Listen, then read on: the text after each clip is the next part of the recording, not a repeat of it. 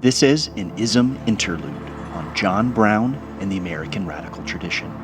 Ideas meet power. Prologue.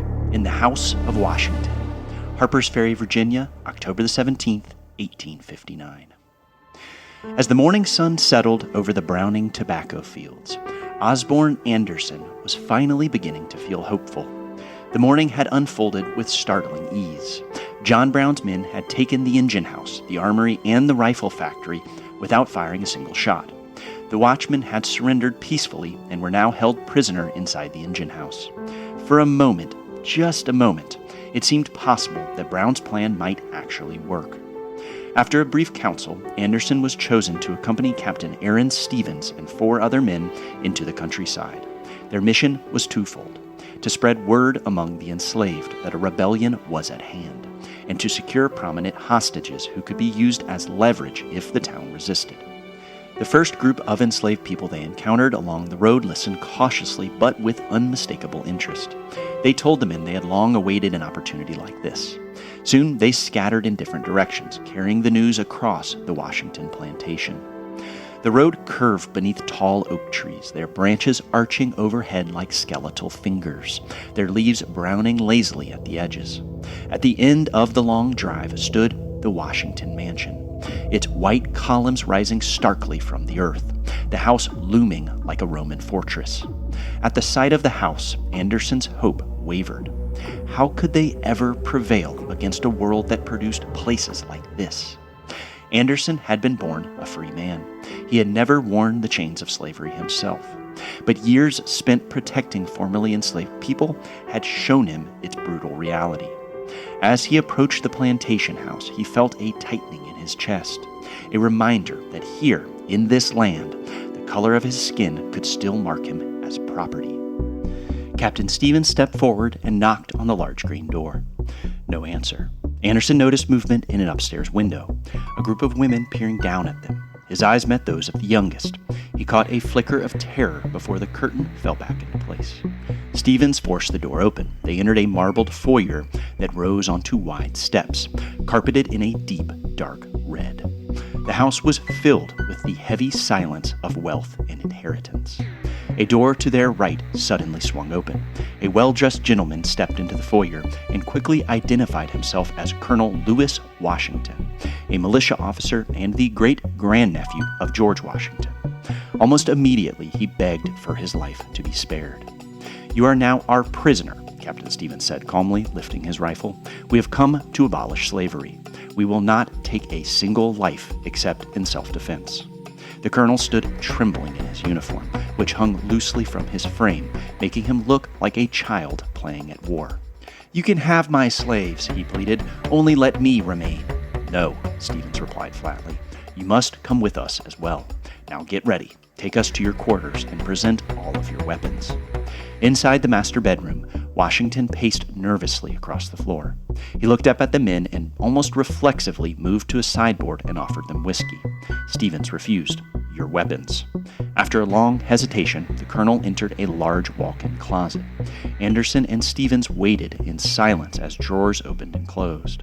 When Washington finally emerged, his arms were full: a shotgun, a small rifle, 2 horse pistols, and a long, heavy sword. He handed over the shotgun and rifle at once, but when Stevens reached for the pistols and the sword, Washington tightened his grip. He begged them to let him keep those. The sword, he explained, had been presented to his great-uncle, George Washington, by Frederick the Great of Prussia. The pistols had been a gift from the Marquis de Lafayette. Anderson felt the weight of the moment. He had not expected this, but Captain Stevens showed no hesitation. "We will need those as well," he said. He gathered the pistols and the sword and placed them unceremoniously into a canvas sack. Behind him, Colonel Washington began to weep openly. As they moved across the plantation, word spread quickly. Anderson and the others told those they encountered that they were now free, and that if they wished, they could join their band. Some listened, some followed at a distance, others stayed where they were. Their final stop was at a small cabin set back from the road. Inside lived an older enslaved woman. Anderson sat with her and told her that she was free. She did not speak at first, but then she broke down, ran forward, and took Anderson into her arms. Tears filled her worn eyes as she told him that she had prayed for this day, dreamed of it, waited for it, for as long as she could remember. Anderson held her for a moment, longer than he should have. When he finally stood to leave, he felt something shift. Beneath the woman's joy, he now sensed fear. Outside, the dawn light was growing into midday. Anderson closed the cabin door behind him and climbed into the wagon with Captain Stevens, the prisoners, and the others. As the wagon lurched forward toward Harpers Ferry, he wiped a tear from his cheek. Ahead of them, at the armory, John Brown was waiting.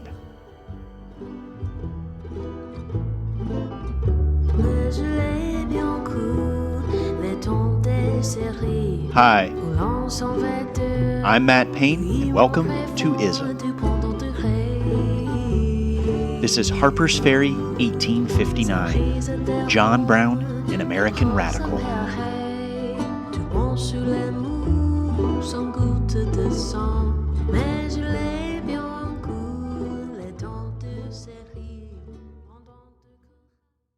Chapter 1. Immortal Raiders. Perhaps you will remember John Brown. John Brown, who took his gun, took 21 companions, white and black, went to shoot your way to freedom, where two rivers meet and the hills of the north and the hills of the south look slow at one another, and died for your sake. Now that you are many years free, and the echo of the Civil War has passed away, and Brown himself has long been tried at law, hanged by the neck and buried in the ground. Since Harpers Ferry is alive with ghosts today, immortal raiders come again to town. Perhaps you will recall John Brown. October the 16th by Langston Hughes, 1931. On October the 16th, 1859, the radical abolitionist John Brown and a guerrilla band of fewer than 24 men attacked and seized the United States Armory at Harpers Ferry, Virginia. The group consisted of 16 white Northerners and 5 free black men, most ardent abolitionists, several of them veterans of the civil conflict known as Bleeding Kansas. They were armed with state-of-the-art breech-loading Sharps rifles given to them by wealthy philanthropists, and they carried hundreds of pikes intended to arm enslaved people who Brown believed would rise and join his cause. In the opening hours of the raid, Brown and his band easily took control of the armory, whose guards were caught completely by surprise. Brown's men then fanned out across the area, taking high-profile hostages and spreading word amongst the enslaved of their impending revolt. But the uprising Brown envisioned never materialized. Within 3 days, his self-styled Army of Liberation was surrounded and defeated. Some of its members were killed in the fighting. Others were captured or fled into the surrounding Virginia countryside. Most were then hunted down, arrested, and put on trial. Only a handful would make it out alive, including the 29-year-old black printer Osborne Anderson, who managed to escape to Pennsylvania.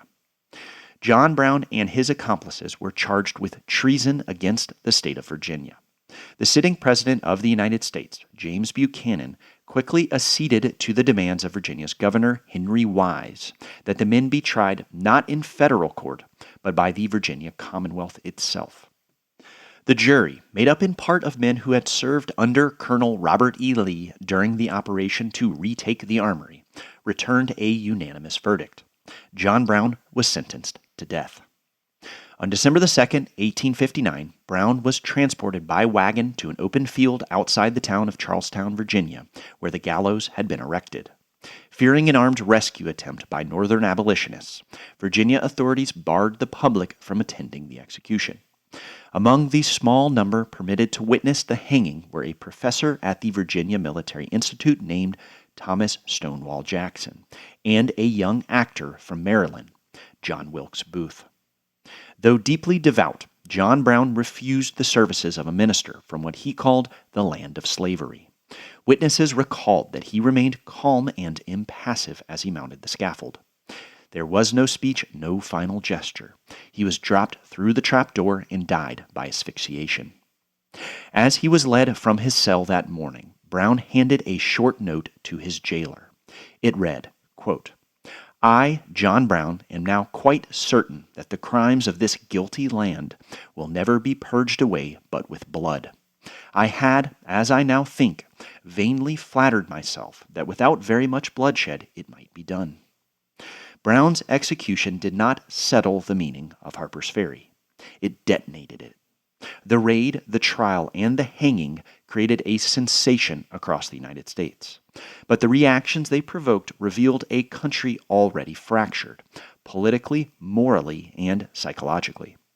In the slaveholding South, Harper's Ferry unleashed a wave of paranoia and hysteria not seen since Nat Turner's rebellion in 1831. White Southerners interpreted Brown's raid not as the isolated act of a fanatic, but as a rehearsal for a broader abolitionist war. In Virginia, Governor Henry Wise began mobilizing local militias and shifting troops to the state's borders, determined to prevent what many slaveholding elites now believed was inevitable, a northern invasion. Similar measures soon followed in South Carolina, Georgia, Mississippi, and across the Deep South. In the North, the response was more uncertain and more revealing.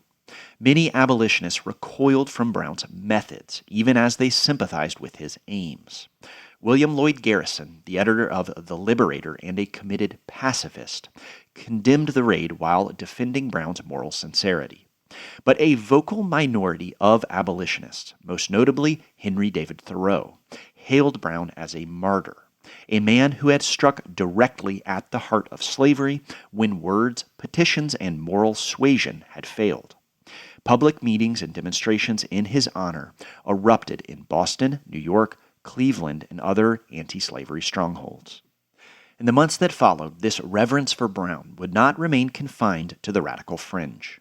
What had initially seemed like reckless violence began, for many in the North, to appear instead as a grim moral necessity, a desperate but righteous blow against what they increasingly saw as a fundamentally criminal system.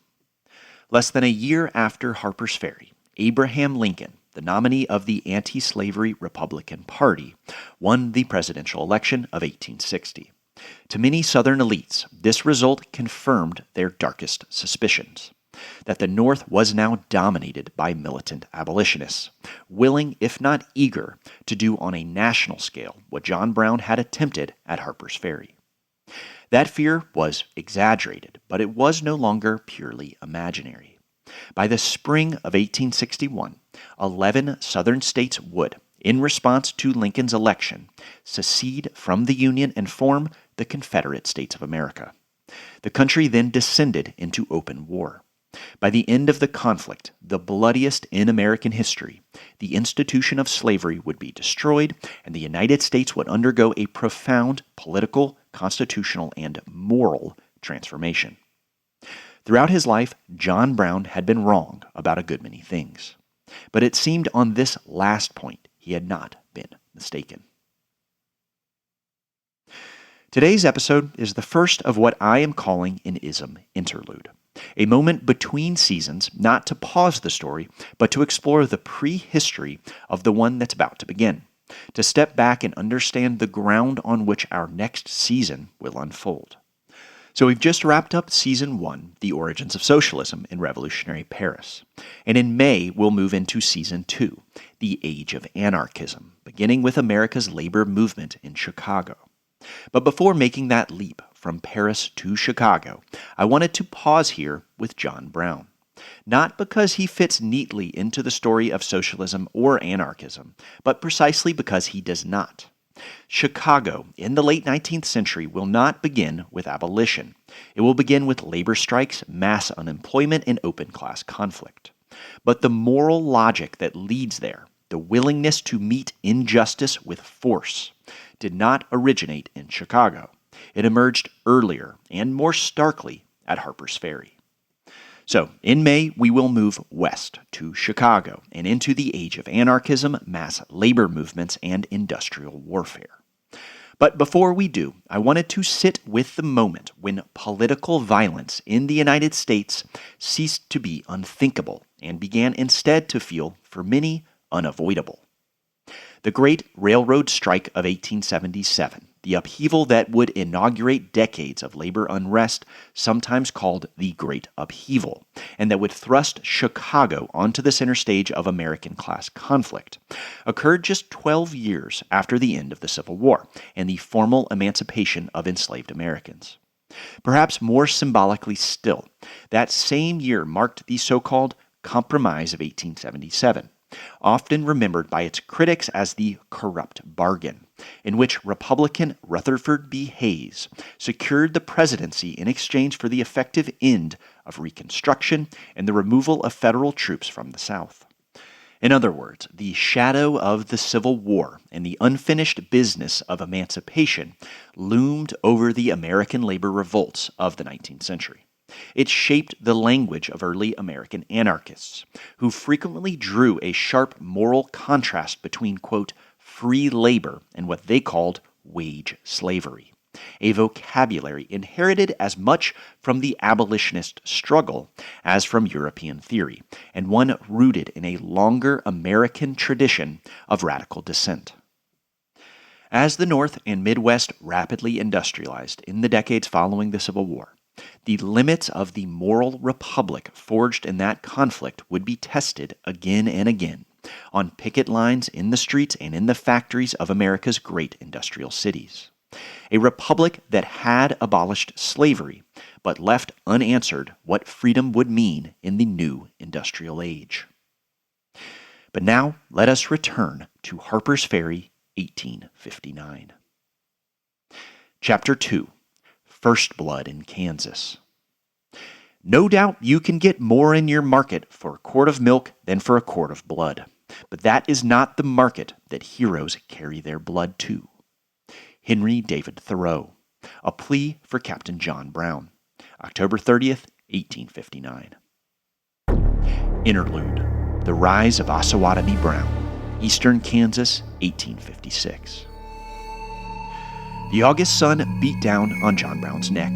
His skin, leathered and darkened after a year in the dry western air, glistened with grime and sweat. He crouched behind a thin stand of brush, rifle in hand, squinting out across fields of brittle golden grass rippling in the heat. When Brown had heard gunshots down the road toward Reverend White's, he knew trouble had come.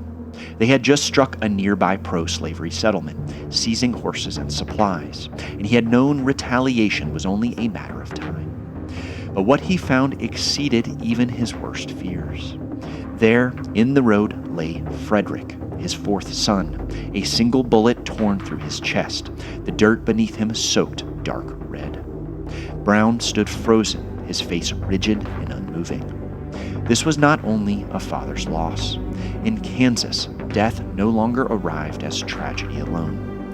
It arrived as proof that the war everyone claimed to fear had already begun.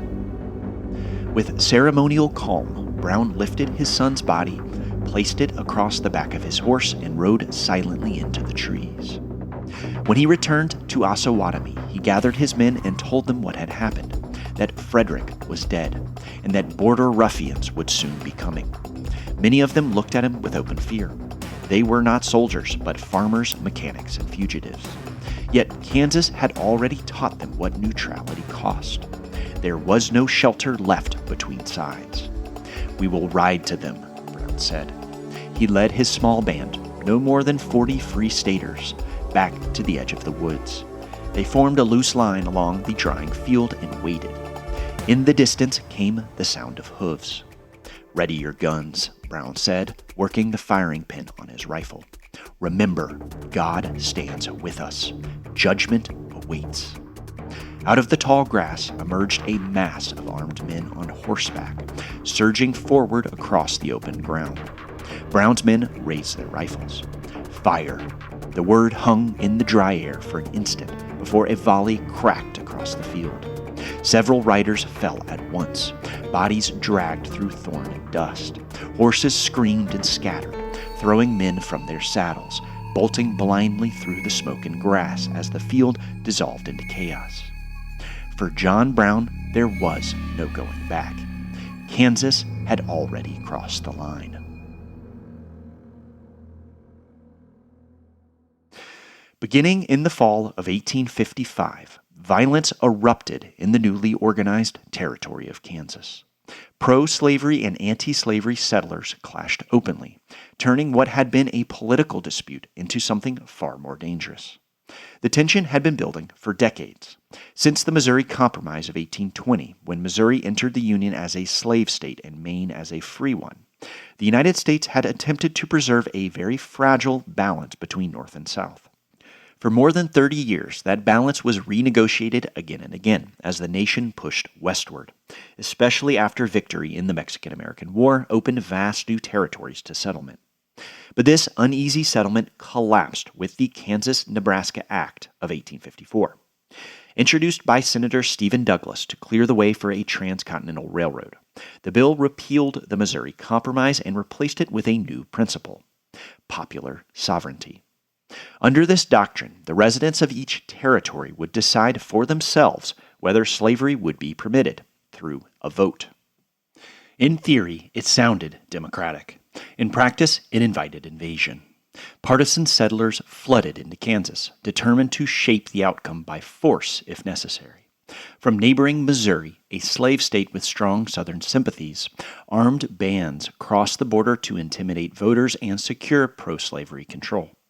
They would soon be known as the Border Ruffians. Abolitionists responded in kind. Hundreds of anti-slavery settlers, many from New England and Ohio, traveled west to counter them, often backed by northern philanthropic societies committed to stopping the expansion of slavery. So Kansas became a political battlefield, and then a military one. It was into this volatile landscape that John Brown stepped in 1855. 5 of Brown's sons, including Frederick, had already moved to Kansas months earlier. And after settling his affairs, Brown loaded a wagon with weapons and ammunition and followed them west, determined to enter what he now understood as the front line of America's struggle over slavery. For much of 1855, the conflict remained largely political. Elections were marred by fraud and intimidation. Armed Missourians crossed the border to stuff ballot boxes. Free state settlers organized rival conventions in response. And in a grim preview of the national fracture to come, Kansas soon claimed 2 competing governments: a pro-slavery legislature in Lecompton and a free state government at Topeka. Over the next several years, still more constitutions and assemblies would rise and fall amid the chaos. But politics alone could not contain the tension. In November of 1855, a free state settler was shot and killed by a pro-slavery man. The killing grew out of a personal dispute over a land claim, but in Kansas, private violence rarely stayed private for long. The murder galvanized free state settlers around Lawrence, who began organizing armed bands in self-defense. Pro-slavery border ruffians responded in kind. Before long, eastern Kansas was filled with roaming militias, guerrilla bands, and small armed groups. Skirmishes broke out along roads and river crossings. What had begun as an argument over ballots and constitutions began to harden into a low-grade territorial civil war. John Brown arrived in Kansas in late 1855, shortly after the conflict turned openly violent. He quickly proved himself an effective and magnetic organizer, and within months he emerged as the most prominent leader among the territory's militant abolitionists. In 1856, as winter gave way to spring, pro-slavery forces moved to settle the question of Kansas by force. Their first major target was the town of Lawrence, a free state stronghold settled largely by anti-slavery migrants from Massachusetts. The assault, later known as the Sacking of Lawrence, claimed few lives, but it left the town ransacked and burned. Border ruffians looted homes, destroyed presses, and leveled the offices of 2 abolitionist newspapers. The attack sent shockwaves through Kansas's anti-slavery community. It made clear that pro-slavery forces were prepared to use organized violence to impose their will, and that appeals to law and restraint offered little protection. To John Brown, the destruction of Lawrence also revealed the inadequacy of the Free State response, as he saw hesitation where he believed resolve was required. Days later, Brown led a small band into a pro-slavery settlement along Pottawatomie Creek. Moving from house to house, they seized several pro-slavery men and, over the course of the night, killed 5 of them.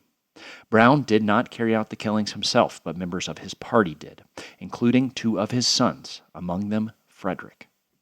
The Pottawatomie Massacre, as it came to be known, marked a decisive escalation. It ignited the bloodiest phase of the Kansas conflict and propelled John Brown into national prominence. Newspapers across the country seized on the story, and Kansas was suddenly no longer a distant territorial dispute. Violence had existed before Pottawatomie, but had largely taken the form of intimidation, raids, and sporadic attacks, most often carried out by pro-slavery border ruffians. The killings along Pottawatomie Creek shattered any remaining illusion that the conflict could be contained. The gruesome reporting revealed something new to the wider public: a militant abolitionist willing to answer slavery with blood. The effect was immediate. Pro-slavery settlers, still outnumbered in the territory, were terrified. Free state settlers, long uncertain and divided, were emboldened. More and more came to believe that survival now required arms, organization, and a readiness to fight. Clashes followed in quick succession. Just days after Pottawatomie, Brown led an attack on a pro-slavery encampment, and foreshadowing the pattern of his later campaigns, his far smaller force routed the enemy at the Battle of Blackjack, capturing their leader, a prominent pro-slavery agitator and journalist, and holding him prisoner. So Kansas had entered a new phase of the war. After the fighting at Blackjack, Brown, his sons, and several followers established a base near the Free State town of Osawatomie. In late August 1856, a veteran of the Mexican-American War, Captain John W. Reed, assembled a force of roughly 200 pro-slavery fighters. Their aim? To crush the anti-slavery stronghold. While scouting the outskirts of town, Reed's men encountered John Brown's son, Frederick. He was shot and killed on the spot. Brown responded quickly. Gathering no more than 40 Free State fighters, he positioned them along the road at the edge of a wooded ravine. Once again, Brown was badly outnumbered. His men fought fiercely, firing from cover and briefly halting Reed's advance, inflicting losses and throwing the attacking force into confusion. But in the end, the numbers proved overwhelming. Reed's men broke through Brown's line and poured into Osawatomie. And as they had done in Lawrence, the border ruffians burned and looted the town, leaving much of it in ruins before moving on toward Topeka, torching other Free State settlements along the way. In strictly military terms, the Battle of Osawatomie was a defeat for John Brown. But it was also the moment that fixed his reputation. Newspapers across the country reported on the stand he had made against overwhelming odds. And from then on, he was known as Osawatomie Brown, a hero to militant abolitionists, a dangerous fanatic to slaveholders. The battle and the loss of his son Frederick also marked a deeper and more personal transformation. Brown's son Jason later recalled that as his father looked out over the burning town, he turned to him and said, quote, "God sees it. I have only a short time to live, only one death to die, and I will die fighting for this cause. There will be no more peace in this land until slavery is done for. I will give them something else to do than extend slave territory. I will carry this war into Africa." By Africa, Brown meant the slaveholding South. He had spoken of striking at slavery at its source for years. His wife later recalled him raising the idea as early as the 1840s, and Frederick Douglass remembered Brown discussing it even before Kansas. But Kansas had changed the nature of the plan. What had once been a distant vision now became a concrete strategy. In Kansas, Brown had proven himself a capable guerrilla fighter. And more importantly, he had attracted a small circle of devoted followers who shared his sense of urgency and discipline. Among the most important were John Henry Kagi and Aaron Dwight Stevens, both of whom would become his closest lieutenants and who would soon help Brown carry the war east and south. Kansas had taught Brown what violence could do and what it could not. It could terrorize enemies, rally allies, and force moral questions into the open. But on the margins of the Republic, it could not decide the fate of slavery itself. Kansas was a proving ground, not a final reckoning. If the nation's greatest sin was to be confronted and ultimately destroyed, Brown now believed the struggle would have to move into the heart of the nation. Chapter 3. Into Africa. We must, as John Brown has taught us, reach the slaveholder's conscience through his fear of personal danger. We must make him feel that there is death in the air about him, that there is death in the pot before him, that there is death all around him. Frederick Douglass, commemorating Harpers Ferry on December 3rd, 1860. Interlude. The man who would not be turned aside. Frederick Douglass had to admit that he had begun to grow bored of John Brown. The old man had arrived at his door sometime in February of 1858, and since then he seemed never to change. He wore the same dark frock coat, the same worn broadcloth trousers, the same heavy boots, and the same stiff high collar that seemed to draw his neck perpetually upward, as if toward judgment. To Douglass, Brown looked like a man out of another century, a Puritan soldier from Cromwell's army or a wandering Old Testament prophet. Like most opponents of slavery, Douglass had followed Brown's exploits in Kansas closely. He knew the old captain as a man of bold action, hardened by violence and weathered by the frontier. But here, under Douglass's roof, Brown's resolve expressed itself differently. Night after night, he simply wrote. The scratch of Brown's pen cut through the thin wall between their rooms, a steady, relentless sound that followed Douglass into uneasy sleep. Brown appeared to be drafting some kind of political document, but most of his labor took the form of letters, dozens of them sent out across a wide network of abolitionists, reformers, and philanthropists. The replies were slow, the money slower still. Brown rarely complained, but Douglass sensed the tension beneath his guest's silence. Each polite refusal from New England benefactors, each carefully worded hesitation from prominent freedmen in Canada, seemed only to harden Brown's certainty. What others treated as a matter for debate, Brown was already treating as settled. That night, Douglass decided he could no longer avoid the question. He asked Brown to explain, in full, what he intended to do next. Brown, in his usual stoic manner, quietly obliged. I will take the struggle into Africa, Frederick, Brown said, without emotion or grandeur. Douglass pressed him to be more specific. Brown looked up from his parchment, his penetrating yet gentle eyes meeting Douglass's. He set down his pen and spoke deliberately. God established the Allegheny Mountains from the foundation of the world, he said, that they might one day serve as a refuge for fugitive slaves. So you mean to enter Virginia through the mountains? Douglass asked. To liberate slaves and take them north as you did in Missouri? Brown shook his head calmly. No, we will remain in Virginia. Or, if God allows, move farther south. The Alleghenies will be the first refuge of many. The swamps of Carolina and Georgia, the lowlands of Virginia. These places can be held by few men against great numbers. A log in the fire cracked, sending a spray of embers across the hearth. Douglass stared at Brown in stunned silence. You mean to launch a campaign, Douglass said at last. Brown nodded. But don't you see that you will be crushed? Douglass replied. You may have fought ruffians in Kansas, Captain, but I was born in the lowlands of the Chesapeake. I have lived under slavery. I do not believe you understand the strength of the foe you have chosen. Brown did not answer at once. The firelight warmed one side of his weathered face. The other remained in shadow. Then he said quietly, If God be for us, who can be against us? In that moment, Douglass understood that Brown could not be turned aside. He was resolved to attempt the impossible, and to take with him anyone willing to die for the cause of freedom.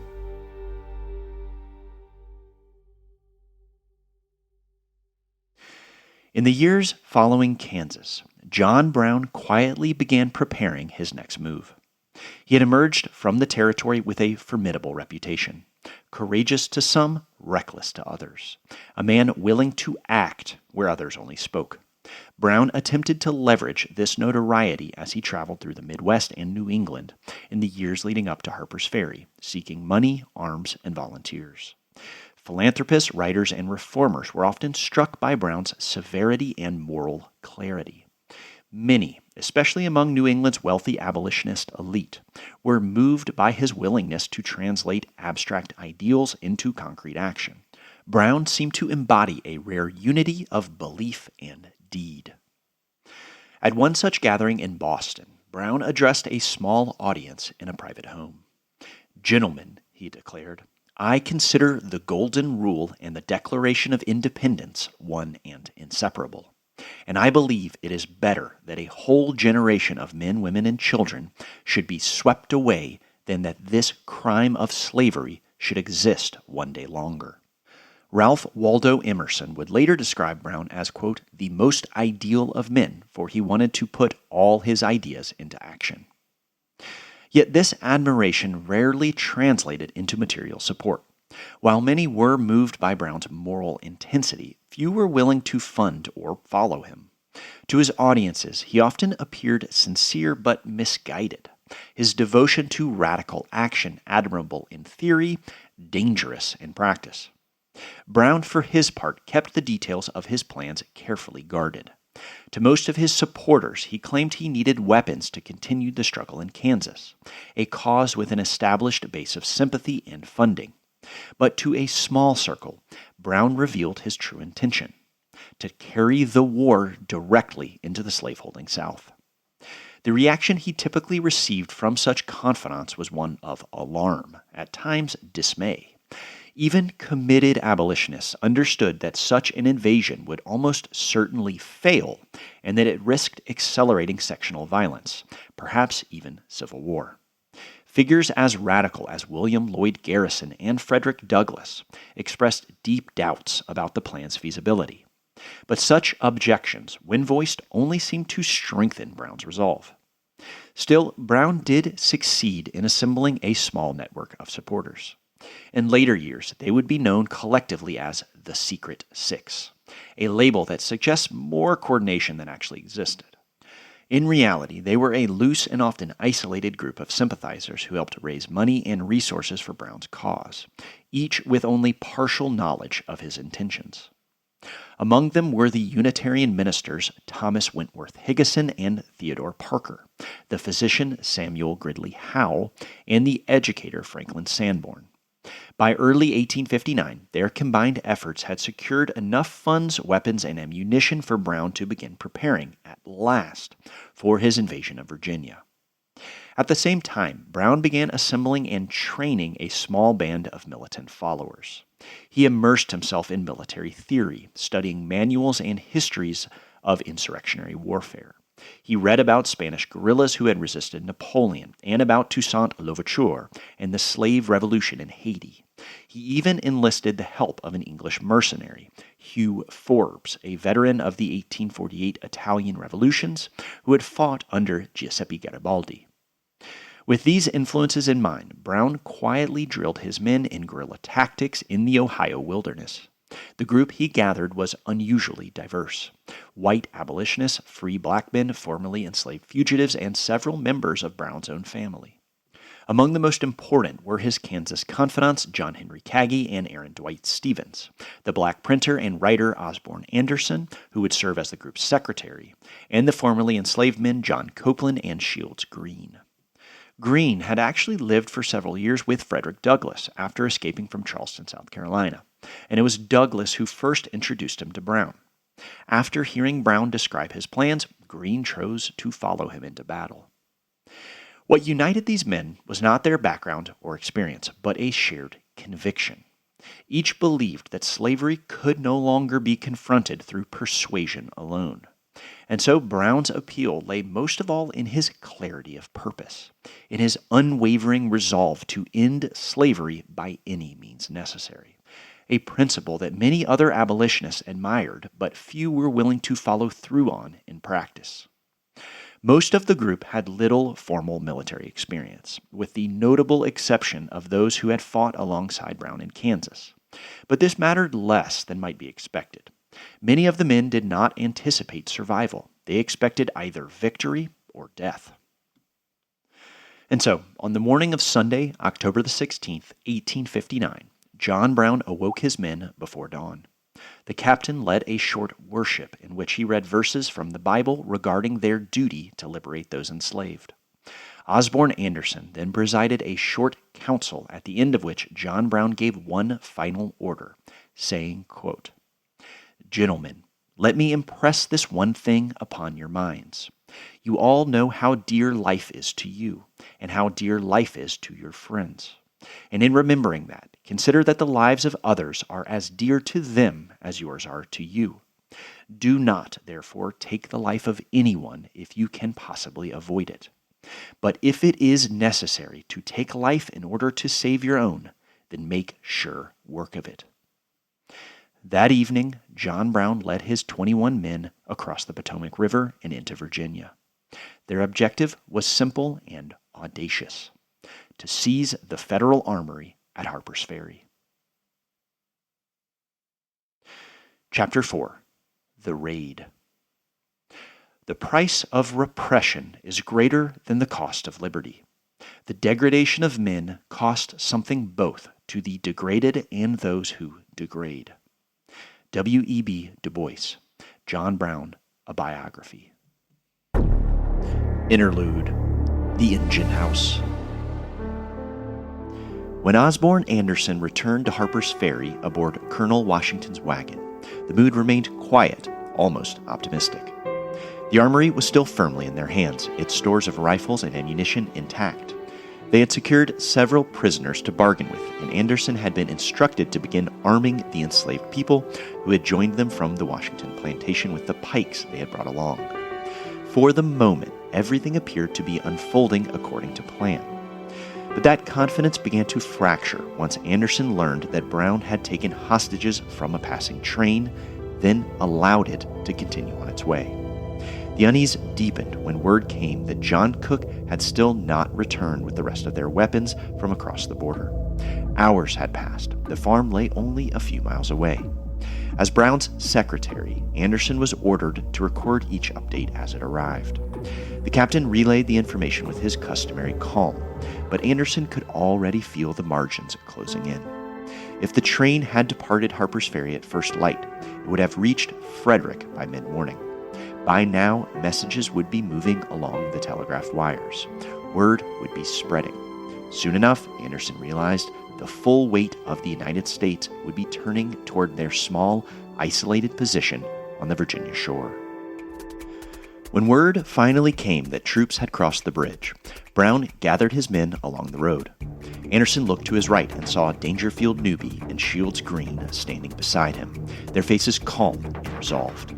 Both men had been born into slavery. Anderson was reminded of why they had come.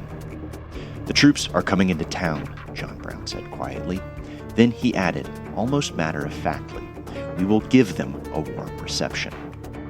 The first exchange of fire came at the bridge.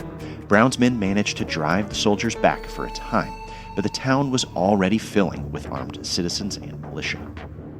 Realizing they could not hold every position, Brown began pulling his men inward.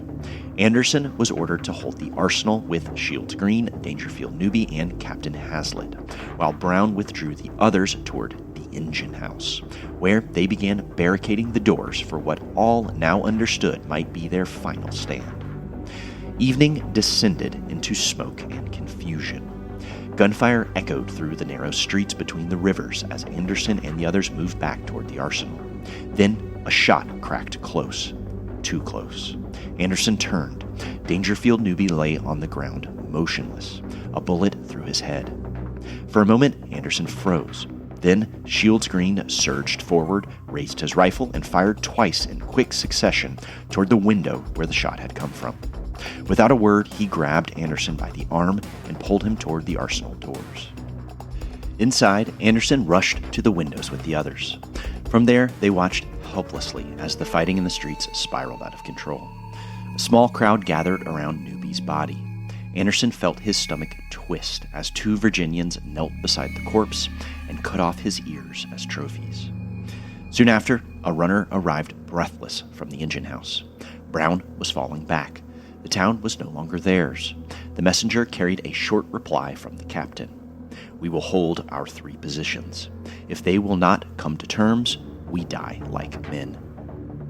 From the arsenal and the engine house, Brown's men continued to fire into the streets, inflicting heavy losses on the militia gathering outside. But it was clear that they were surrounded. Anderson then saw Aaron Stevens and Watson Brown emerge from the engine house beneath a white flag. They had barely stepped into the street when shots rang out from the crowd. Stevens collapsed with bullets in his chest and face. Watson staggered back toward the building, mortally wounded. By dawn the next morning, United States Marines had arrived. Anderson and the others offered what cover fire they could from the arsenal, but the troops quickly advanced on the engine house with ladders and sledgehammers. Brown's men braced themselves behind the barricaded doors. When the doors held, the Marines seized a heavy ladder and used it as a battering ram. The wood splintered. The engine house then erupted in smoke, gunfire, and screams. From the arsenal windows, Anderson could see the fight unfolding. Then his chest went cold. Captain Brown was being dragged from the building. He was bloodied, wounded, barely able to stand. Anderson loaded his rifle one last time. He drew a breath, turned toward the back of the arsenal, and prepared to run.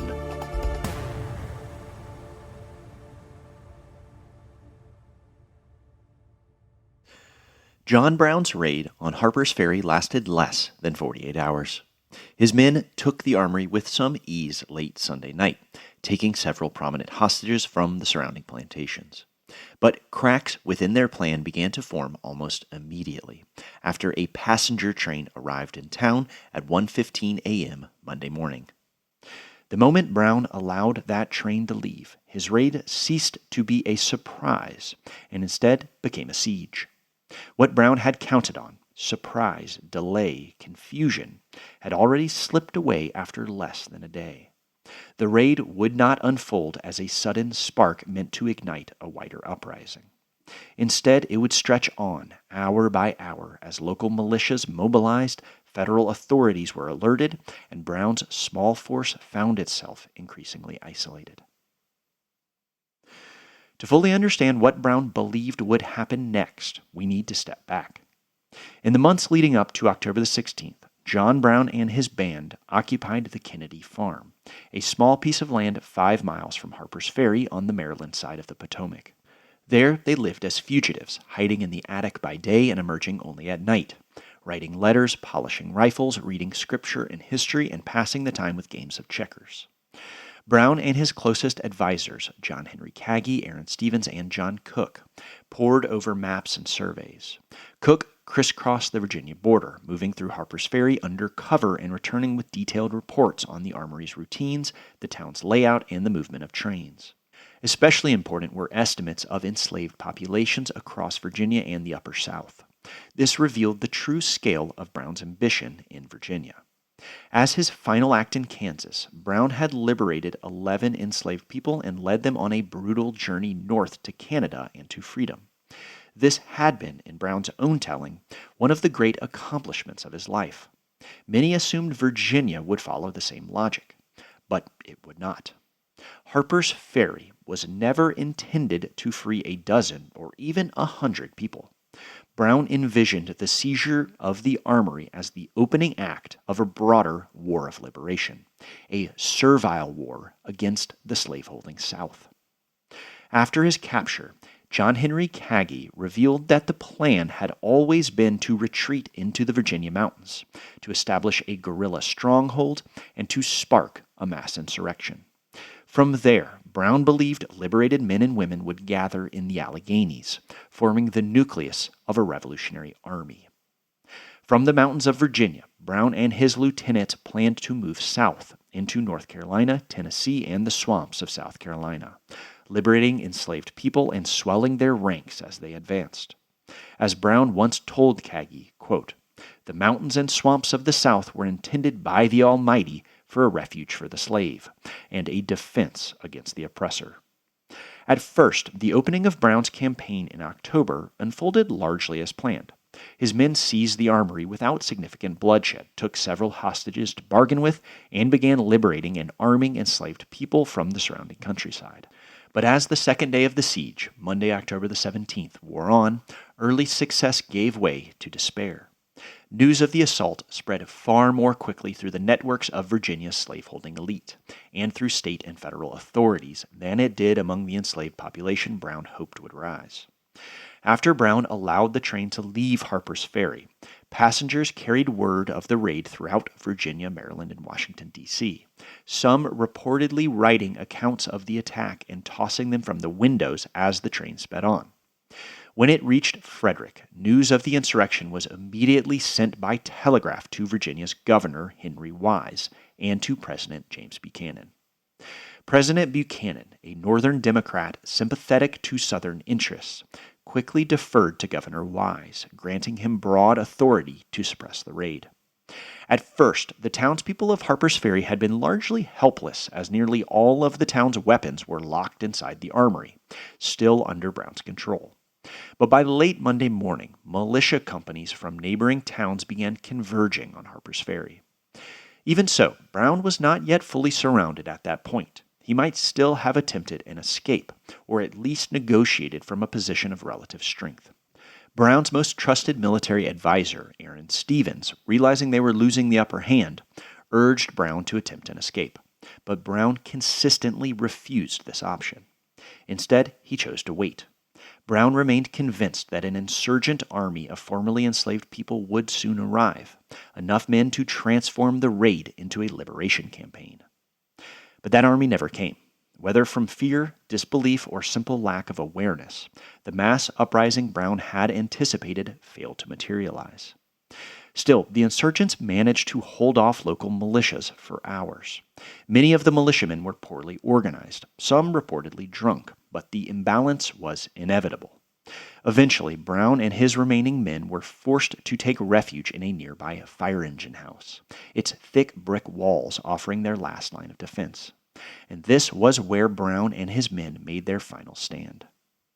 Later that morning, Brown's son Watson and Aaron Stevens emerged from the engine house carrying a white flag, Stevens having apparently convinced his captain of the need to negotiate. As they approached the opposing line, both men were fired upon, possibly by civilian onlookers. Stevens was shot in the face and chest before being taken prisoner. Watson was struck and left wounded on the ground.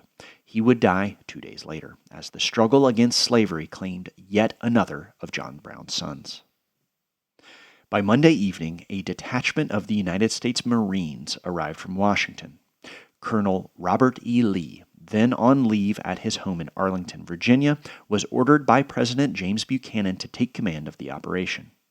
Early on the morning of Tuesday, October the 18th, Marines and local militia launched an assault on the barricaded engine house. The fighting was brief and decisive. 11 of Brown's men were killed, 8 were captured, 5 escaped. John Henry Kagi was among the dead. John Cook and Osborne Anderson fled the scene. Cook would later be captured, while Anderson escaped north to Pennsylvania. The Black Printer would publish a memoir 2 years later, the only surviving first-hand account written by a member of Brown's party, and the only one from a black participant in the raid. Captain Brown himself was struck down by a saber blow to the neck. He was taken into custody along with Shields Green and several others to be transported under guard to Charlestown, Virginia. Brown and the surviving raiders were then marched through Harpers Ferry by Marines under Robert E. Lee. As they passed, townspeople shouted for their immediate execution, but the soldiers held the crowd at bay, preventing vigilante justice. In the days that followed, the badly wounded Brown was subjected to a steady procession of visitors, reporters, politicians, soldiers, and preachers, all eager to hear from the man who had dared to strike directly at the South's peculiar institution. Even before his trial, John Brown, the legend, had begun to take shape. As Brown was led through the streets of Harpers Ferry, bloodied, bound, and barely able to stand, the raid itself was long over. What remained was interpretation. In the days ahead, Brown would speak often, carefully and deliberately about slavery, violence, and moral duty. But the meaning of Harper's Ferry was no longer his alone to determine. It had now passed into the hands of the nation. Epilogue: The Moral Republic. Yet if God wills that it continue until all the wealth piled by the bondsman's 250 years of unrequited toil shall be sunk, and until every drop of blood drawn with the lash shall be paid by another drawn with the sword, as was said 3,000 years ago, so still it must be said, the judgments of the Lord are true and righteous altogether. Abraham Lincoln, Second Inaugural Address, March the 4th, 1865. Interlude: A Lost Cause. John Wilkes Booth entered Ford's Theater just after 10 o'clock. He had expected his celebrity to grant him access. He had not expected the president to be unguarded. Booth knew the theater well. He passed through the dress circle with confidence, handing his calling card to the usher as fellow actors and spectators noted his arrival with whispers and glances. The usher returned and opened the door. Booth stepped inside. In the narrow hallway, he wedged a length of wood against the door and waited. He knew the line. It drew a laugh every time. Tonight would be no different. "Well, I guess I know enough of you to turn you inside out, old gal," the line landed. The theater erupted in laughter. Booth slowly turned the handle, the creak of the door swallowed by the applause. Inside the box, Lincoln rocked in his chair, laughing. Booth drew his Philadelphia Derringer, thumbed back the hammer, stepped forward, and fired once into the president's skull. Lincoln collapsed instantly. Mary Todd leapt up screaming. Major Henry Rathbone lunged at Booth. Booth gave a muffled cry, something like "Freedom!" as the two men tangled. He slashed Rathbone's arm with his knife and broke free. Booth vaulted toward the railing, caught in flags and curtains, and tumbled onto the stage below. He rose, lifted his bloodied knife, and shouted, "Sic semper tyrannis! The South is avenged!" "Stop that man!" Rathbone cried from the box. Booth ran. He forced his way through the stunned crowd, fled through a side door, mounted his waiting horse, and disappeared into the spring night.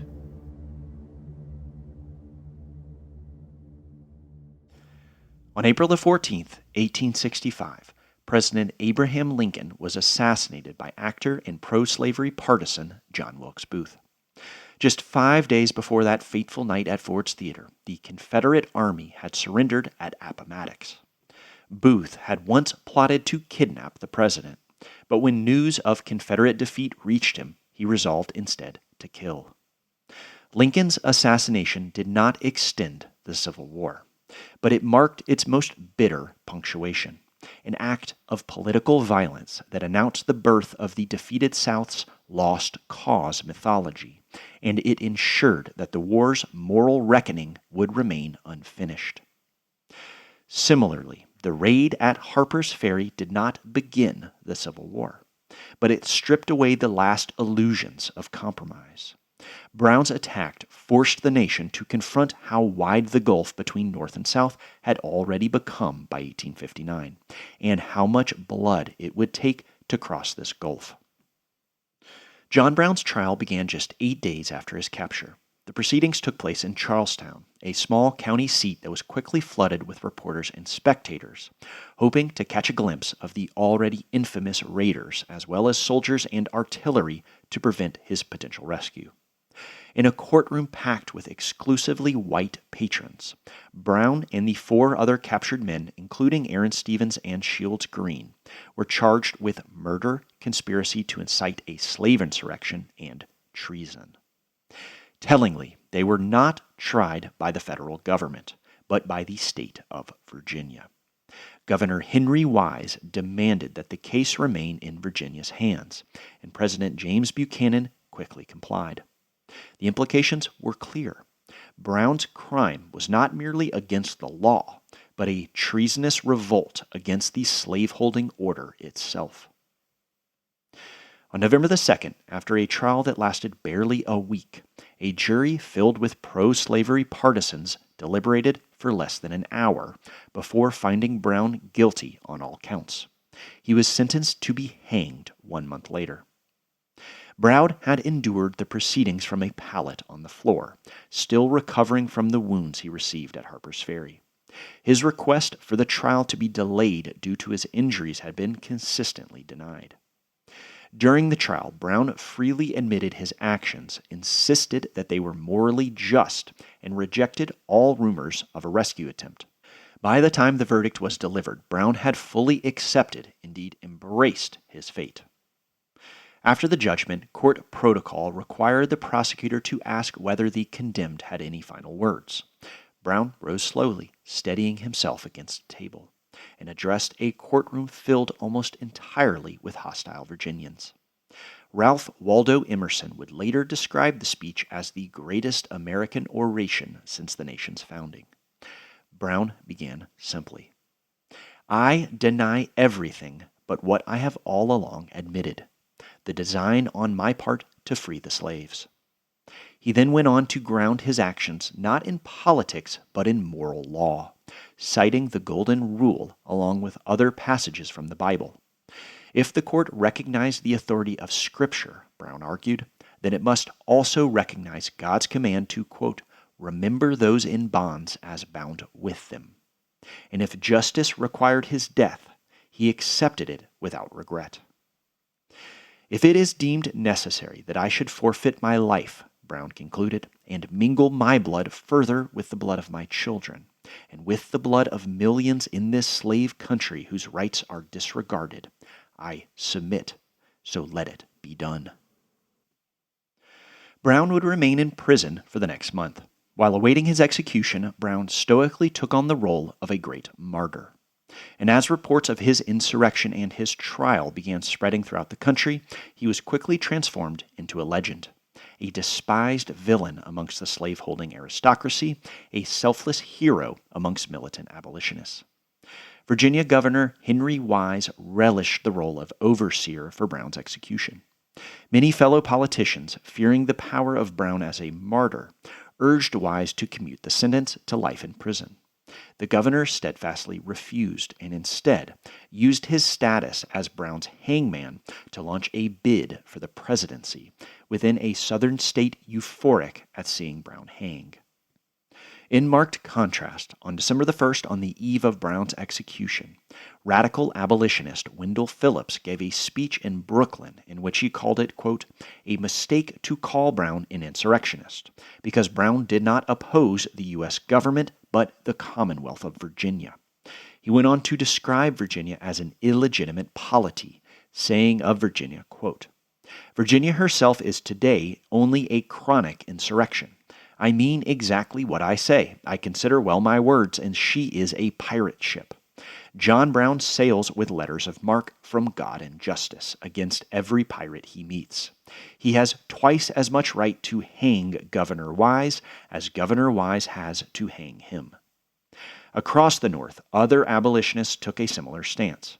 In a public letter, Frederick Douglass described Brown's band as, quote, "in the hands of the thing calling itself the government of Virginia, but which in fact is an organized conspiracy by one party of the people against the other and weaker." In late October, Henry David Thoreau spoke to a crowd in Concord, Massachusetts, offering a sobering defense of Brown in the face of widespread public criticism in the mainstream Northern press. In a prescient observation, Thoreau asserted that, quote, "the newspapers seem to ignore that there are at least as many as 2 or 3 individuals to a town throughout the North who would offer a defense of Brown, describing this group as an important and growing party." Thoreau went further, observing that politicians were anxious because of a, quote, "dim consciousness that at least 1 million of the free inhabitants of the United States would have rejoiced if Brown had succeeded." What they criticized, Thoreau noted, were not Brown's aims, but his tactics. Within these defenses of Brown, we can see 2 shifts in the American political imagination that would prove decisive in the years to come. The first was explicit. a growing willingness to describe Virginia itself as a rogue state, whose commitment to slavery placed it in an active rebellion against the Union. The second shift was more subtle and ultimately more far-reaching. What condemned Virginia was not a technical violation of the Constitution or a procedural breach of federal authority. It was the moral corruption of the slaveholding system itself. Slavery had ceased to be merely a political problem. It had become an ethical crime. The election of Abraham Lincoln would soon push that logic to its breaking point. Southern elites interpreted Lincoln's victory as proof that the North had embraced the militant abolitionism of John Brown. This was not true. Lincoln was widely regarded, even within his own Republican Party, as a moderate, and throughout the war he would be criticized by radical Republicans for his caution and restraint. From the outset, Lincoln insisted that his primary objective was the preservation of the Union, not the destruction of slavery. In this, he reflected the views of much of the North. But the war would not allow that distinction to hold. The scale of its violence and the moral logic it unleashed transformed both Lincoln and the nation he led. On January 1st, 1863, Lincoln signed the Emancipation Proclamation, freeing enslaved people in the rebelling states. And though justified as a military necessity, emancipation marked a profound shift in the war's meaning. By that point, John Brown's name was already woven into the moral culture of the war. Union soldiers marched to a battle hymn whose opening line announced that John Brown's body lies a-mouldering in the grave, while its chorus bound the Union cause to a moral crusade. His truth is marching on. As he died to make men holy, let us die to make men free. By 1865, on the eve of his assassination, Lincoln himself was speaking in a register that would have been unthinkable before the war. In his second inaugural address, he framed the war as divine judgment, declaring that if it continued until every drop of blood drawn with the lash shall be paid by another drawn with the sword, then the judgments of the Lord are true and righteous altogether. This framing of emancipation as a divinely sanctioned reckoning echoed John Brown's own language before the war. 7 years earlier, when doubts had been raised about the feasibility of the Harpers Ferry raid, John Brown had responded simply, "If God be for us, who can be against us?"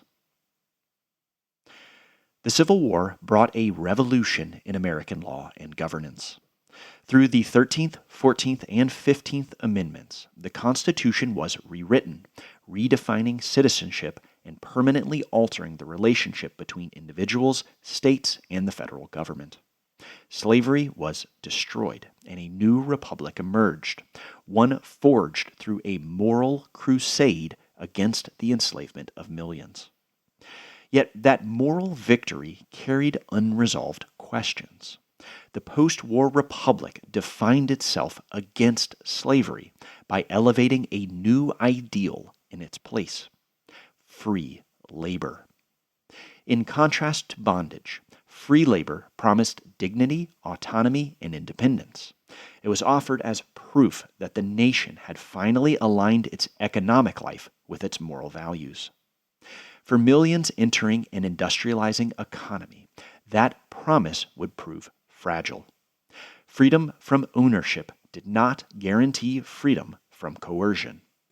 The language once used to condemn slavery would soon be repurposed to describe a new condition: wage slavery, in which formal liberty coexisted with deep dependence.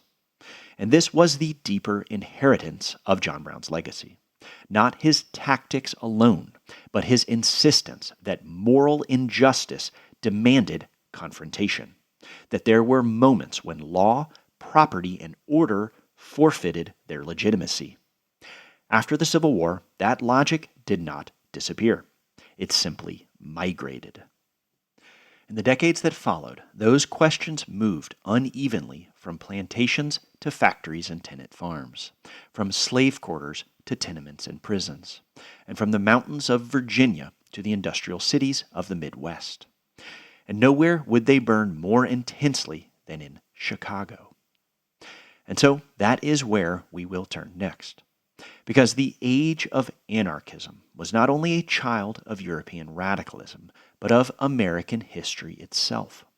The labor revolts of the late 19th century were shaped not only by Marx and Bakunin, but by a longer American radical tradition, by Thomas Paine and Patrick Henry, by Henry David Thoreau and Frederick Douglass, and by John Brown.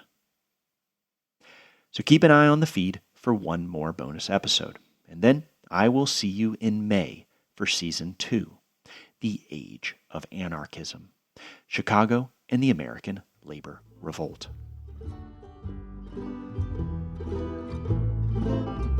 Mais je l'ai bien cru, les temps des séries où l'on s'en vêtait, puis mon rêve du pendant de rêve. Séries éternellement, heureux appareil, tout bon sur les mous, sans goutte de sang. Mais je l'ai bien cru, les temps de séries. Ism is written and produced by me, Matt Payne. The original musical score is composed by Ian Payne. Our theme song is performed by Aloe Vera on vocals and banjo, with accompaniment from Ian and myself. If you're curious how I build these narrative scenes, where I source the quotes, what lines are verbatim, altered, or composed to capture the essence of a moment, you'll find full transcripts, suggested readings, show notes, and behind-the-scenes looks at my process on the Ism Substack.